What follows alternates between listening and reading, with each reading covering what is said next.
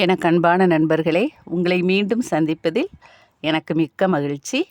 இன்றைக்கு நம்ம பார்க்க போகிற டாபிக் ஆத்தும சுகம்.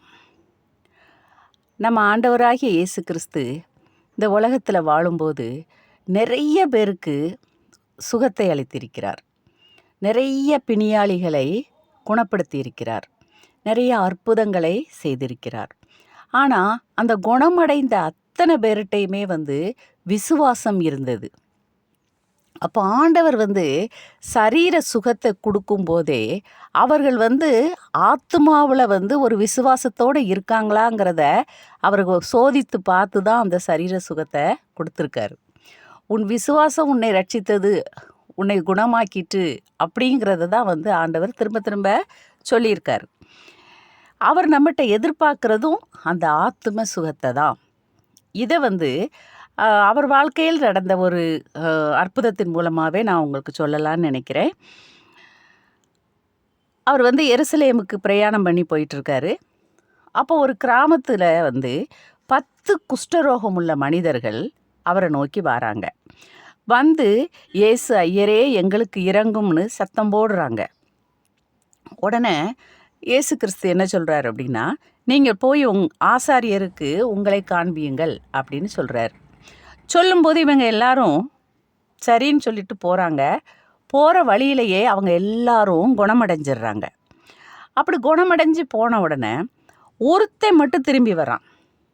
அந்த இதில் ஒருத்தர் மட்டும் திரும்பி தேவனை நல்லா மகிமைப்படுத்தி ஏசப்பா காலில் விழுந்து சோஸ்திரங்கள் சொல்கிறான். சொன்ன உடனே ஆண்டவர் சொல்கிறார். எப்படி சொல்கிறார் பாருங்க. அப்பொழுது இயேசு, சுத்தமானவர்கள் 10 பேர் அல்லவா, மற்ற 9 பேர் எங்கே அப்படின்னு கேட்குறார். இது எந்த இடத்துல வருது அப்படின்னா, லூக்கா 17ஆம் அதிகாரம் 17ஆம் வசனம். சுத்தமானவர்கள் 10 பேர் அல்லவா, நீ ஒருத்த மட்டும் திரும்பி சோஸ்திரம் செலுத்துறிய, மற்றவனை எங்க? அப்போ ஆண்டவர் நமக்கு நன்றி சொல்லணும், பாராட்டு சொல்லணும். இவங்கெல்லாம் நம்ம சொஸ்தமாக்கி விட்டுருக்கோமே, இவங்கெல்லாம் நம்மளை பாராட்டணும், நமக்கு நன்றி சொல்லணும்னு எதிர்பார்க்காரா? அப்படி எதிர்பார்க்கலை. சரீரத்தில் சுகமடைஞ்ச அவங்க ஆத்மாவிலையும் சுகம் பெற்றிருக்காங்களா அப்படிங்கிறத எதிர்பார்க்காரு. அப்போ ஆத்மாவில் சுகம் பெற்றா என்ன அர்த்தம்? மனசளவுலையும் அவங்க ஆண்டவரை நோக்கி திரும்பி இருப்பாங்க.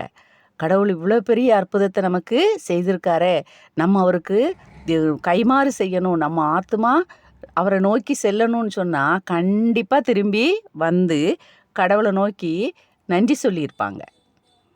அப்போ அவர் நன்றியை எதிர்பார்க்கலை, அந்த ஆத்தும சுகத்தை எதிர்பார்க்கிறார். சரீர சுகத்தை கொடுத்துருக்காரு, அப்போ ஆத்தும சுகத்தையும் அவங்க பெற்றிருக்க வேண்டும் என்பதை அவர் எதிர்பார்க்காரு.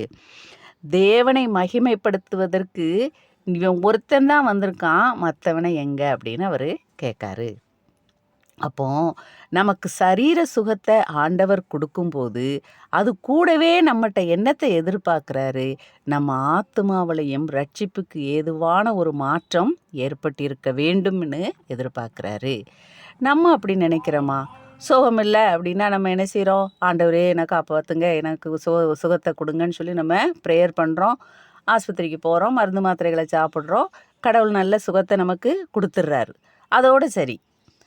திரும்ப எப்போ சுகம் இல்லையோ அப்போந்தான் ஆண்டவரை நோக்கி நம்ம கேட்குறோம். அப்படி இல்லை. ஒவ்வொரு தடவை நமக்கு ஒரு பலவீனம் ஏற்படும் போதும், ஒரு சுகமின்மைக்கு ஏற்படும் போதும், அதன் மூலமாக நம்ம சுகம் அடையும் போது நம்ம மனசுலையும் ஒரு நல்ல மாற்றம் என்ன செய்யணும்? ஏற்படணும். ஆண்டவரை நோக்கி செல்லக்கூடிய மாற்றமாக அது இருக்க வேண்டும். ரட்சிப்புக்கு ஏதுவான ஒரு மாற்றம் நமக்கு ஏற்பட வேண்டும். அதைத்தான் ஆண்டவர் நம்மகிட்ட இருந்து எதிர்பார்க்கிறார். சரீர சுகத்தை மட்டுமல்ல, ஆத்தும சுகத்தையும் நாம் பெற்றுக்கொள்ள வேண்டும். கடவுளுக்கு நன்றி. தேங்க்யூ.